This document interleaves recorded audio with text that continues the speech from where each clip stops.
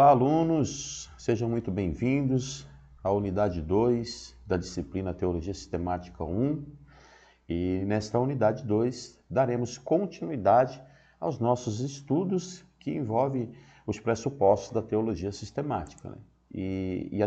Na teologia sistemática, o estudo da pessoa, da obra de Deus, como temos falado já desde a primeira unidade, ela vai envolver diversos aspectos que são fundamentais para a compreensão da doutrina cristã, porque ela vai abordar a natureza de Deus, né, os seus atributos, suas obras na criação, a providência e redenção, que foram assuntos da unidade 1, e nós vamos estruturar esse tema em três grandes áreas, né? E a primeira dela é sobre a pessoa de Deus. Na teologia sistemática, quando nós dividimos o estudo de Deus em dois principais aspectos, ou seja, a existência de Deus, né?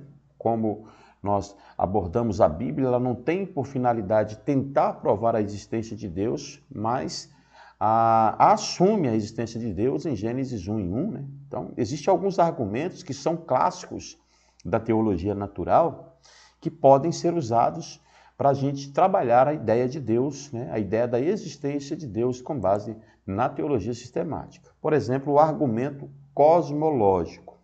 Tudo que existe dentro do argumento cosmológico tem uma causa. Deus é a causa primária. Então, dentro do argumento cosmológico, a ideia de Deus funciona da seguinte maneira: se tudo existe, então tudo tem uma causa. E a causa da existência de tudo, dentro do argumento cosmológico, é Deus. Deus é a causa primeira. Se existe, foi porque Deus criou. A segunda causa é o teleológico, né? A ordem do universo aponta para um Criador inteligente, porque as coisas funcionam dentro do universo de forma muito sincronizada e perfeita. Mais na frente iremos falar sobre a questão desse design inteligente, né? Que é impossível se olhar para o universo e não imaginar ali um Criador. Então, esse argumento ele é bastante interessante dentro da teologia sistemática. Temos também um terceiro argumento, que é o ontológico, que é o conceito de um ser perfeito, né? Então, quando falamos do argumento ontológico, falamos desse ser perfeito que automaticamente vai implicar na sua existência, porque dentro da teologia sistemática, dentro do argumento ontológico, imaginamos um Deus perfeito que não pode criar imperfeições. Então, ao olhar para o universo, ao olhar para a criação, nós entendemos que no início era tudo perfeito e depois as coisas ficaram meio desconfiguradas por conta do pecado. Então, tudo coopera para que a existência de Deus, ela seja assumida, até mesmo para o campo científico. A questão da moral, né? A existência da moralidade, a questão moral, a questão ética, ela pressupõe um legislador supremo, né? Por conta da moral, que ela é inata. O homem ele já nasce com pressupostos de moralidade e alguém colocou isso dentro do homem ao criar o homem. Então, esse também seria um aspecto importante para ser analisado com relação à existência de Deus, desse legislador supremo.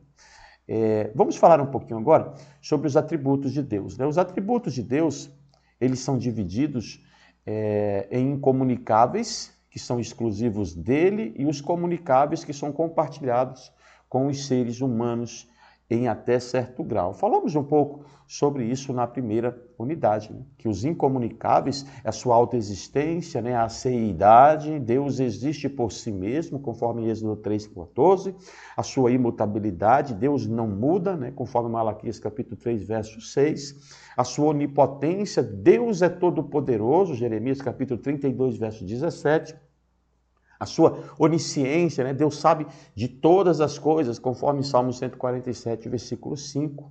A sua onipresença, que Deus está presente em todos os lugares ao mesmo tempo, conforme Salmo 139, do versículo 7 ao 10. Por outro lado, nós temos os atributos comunicáveis, que é a santidade. Deus é separado do pecado e nos chama à santidade, né? Conforme 1 Pedro, capítulo 1, verso 15 e 16. Deus é amor, Deus ama perfeitamente, que é que a sua criação também ama, né? 1 João, capítulo 4, versículo 8. A sua justiça, Deus julga com retidão, Salmo 89, versículo 14. Deus é a verdade, Deus é a própria verdade, conforme João capítulo 14, versículo 6. Então são atributos que são comunicáveis aos homens e que, de certa forma, Deus exige também que a sua criação seja semelhante a ele. Olha, se ele é santo, então Deus diz para nós, sede santo. Se ele é justo, Deus diz para nós, sede justos também. Mas se Deus é a verdade, nós precisamos também ser verdade. Se Deus é amor, ele diz, ame também como o Senhor vos tem amado. Então, nós precisamos entender, dentro do campo da teologia sistemática, que Deus ele tem esses atributos que são comunicáveis aos homens, né? E a teologia sistemática nos ensina a sermos semelhantes a Ele. Falamos um pouquinho sobre trindade, né? Deus se revela como Pai, como Filho e como Espírito Santo. A trindade, ele é um estudo que pode e deve ser estudado de forma sistemática, e a teologia sistemática vai nos oferecer materiais bastante importantes para entendermos a questão da trindade, né? Existem grupos de estudiosos, teólogos, que não creem na trindade, né? Que são chamados de unicistas, aqueles que não creem na manifestação de Deus em três pessoas. Então Deus se revela como Pai, como Filho e como Espírito Santo. Um único Deus em três pessoas. Mateus 28, versículo 19, 2 Coríntios capítulo 13, versículo 13. Cada pessoa da Trindade, ela tem funções distintas, mas são iguais em essência e também em poder. Então o Pai é Deus, o Filho é Deus e o Espírito Santo é Deus. Tá? Então a obra de Deus na teologia sistemática, ela é dividida, ela pode ser dividida, assim também como falamos um pouco na unidade 1, né, na criação, que Deus cria o mundo a partir do nada. Já parou para pensar como a matéria ela existe? Isso é inegável porque nós vivemos num mundo materialista, né? Nós temos contato com a matéria. Tudo existe porque os nossos olhos veem, as nossas mãos apalpam. Mas nem sempre foi assim. Para que tudo exista hoje, é necessário que ela tenha uma origem, né? Então Deus cria o mundo do nada. Segundo o relato bíblico de Gênesis, né, Deus criou o mundo do nada, utilizando apenas a sua palavra. Então, analisando a criação no início, a palavra, por palavra no hebraico, vai estar escrito, no princípio criou Deus os céus e a terra. No hebraico seria o Bereshit, Bara, Elohim. Então, Bereshit, no princípio, vem da raiz Rosh, que significa cabeça ou começo. E o prefixo B, que indica em ou no. Então, a palavra pode ser traduzida como no princípio ou no começo. Aí nós temos a expressão bara, criou, o verbo usado exclusivamente para a ação de Deus, indicando criação a partir do nada. Então, o termo bara, né, que vem da expressão latina, que é ex nihilo, que vem da expressão em latim, que significa que Deus cria a partir do nada. Então, o sujeito do verbo é Elohim, mostrando que Deus é quem cria. Elohim, Deus. No princípio criou Deus, Elohim, o céu e a terra. Então, tudo foi criado com um objetivo. Qual foi o objetivo? Para a glória de Deus, conforme Colossenses capítulo 1, verso 16. A humanidade, ela foi criada à imagem e à semelhança de Deus, conforme Gênesis 1, 26 e 27. Então, houve uma providência de Deus que sustenta o governo e todas as coisas, conforme está relatado na carta de Paulo aos Colossenses, capítulo 1, versículo 17. Dentro desse conceito, há duas formas de providência. A providência geral, ou seja, Deus mantém o universo e as leis naturais. E a providência especial, Deus age na história para cumprir seu propósito, incluindo os seus milagres. Nós temos a redenção, que é a obra redentora de Deus, que se dá em 3 etapas principais, quando falamos de redenção. Primeira delas, a aliança da graça. Desde a queda, Deus prometeu redenção. Da semente da mulher nascerá aquele que irá redimir. Então vai trazer redenção. Segundo, a obra de Cristo, sua encarnação, vida perfeita e morte vicária, ressurreição, ascensão cumprem esta promessa, conforme Romanos capítulo 5, versículo 8. E também na carta de Paulo, 1 Coríntios capítulo 15, versículos 3 e 4. Então, nós temos ainda uma terceira posição, que é a obra do Espírito Santo, né? A aplicação da redenção através da regeneração, da santificação e da glorificação, conforme Efésios capítulo 1, versículos 13 e 14. E a pessoa e a obra de Deus são temas centrais dessa teologia sistemática, porque revela a grandeza de Deus, revela o seu propósito, revela a sua redenção. Então Deus, ele traz essa revelação plenamente através da pessoa de Cristo Jesus e a sua obra contínua através do Espírito Santo. E aí vai guiando a igreja, vai cumprindo o seu plano perfeito, o seu plano eterno. E a teologia sistemática nos ajuda a compreender de uma forma mais profunda, né, esses pressupostos. Sobre a existência de Deus, que é um dos primeiros temas que são abordados na teologia sistemática, né? Como nós abordamos alguns argumentos, nós vamos sempre estar frisando na teologia sistemática que a Bíblia ela não busca provar a existência de Deus, né? Ninguém pode chegar e dizer, me prova através da Bíblia que Deus existe, né? Mas parte do pressuposto de que ele existe, conforme Gênesis capítulo 1, versículo 1. Sabemos que a Bíblia ela não é um livro científico, ela não é um livro científico, ela é um livro religioso. A Bíblia é um livro que foi feito, escrito pelo homem, né? Aproximadamente aí 40 autores escreveram a Bíblia, compilaram as Escrituras, movidos pela inspiração divina. Ou seja, mesmo a Bíblia sendo escrita pelo homem, a Bíblia ela é 100% a palavra de Deus. Mesmo diante de argumentos da teologia liberal que nós vamos estudar nas próximas unidades, e no campo da teologia sistemática, vamos entender que mesmo a Bíblia não sendo um livro científico, ela apresenta pressupostos científicos diretos. Só não vê quem não quer aceitar, né? Que o cosmos, o mundo, o universo, ele revela cientificamente o Criador, né? Como está no Salmo, né? Os céus manifestam a glória de Deus, né? O firmamento anuncia a obra das suas mãos. Então, existe nesse conceito a teologia natural, né?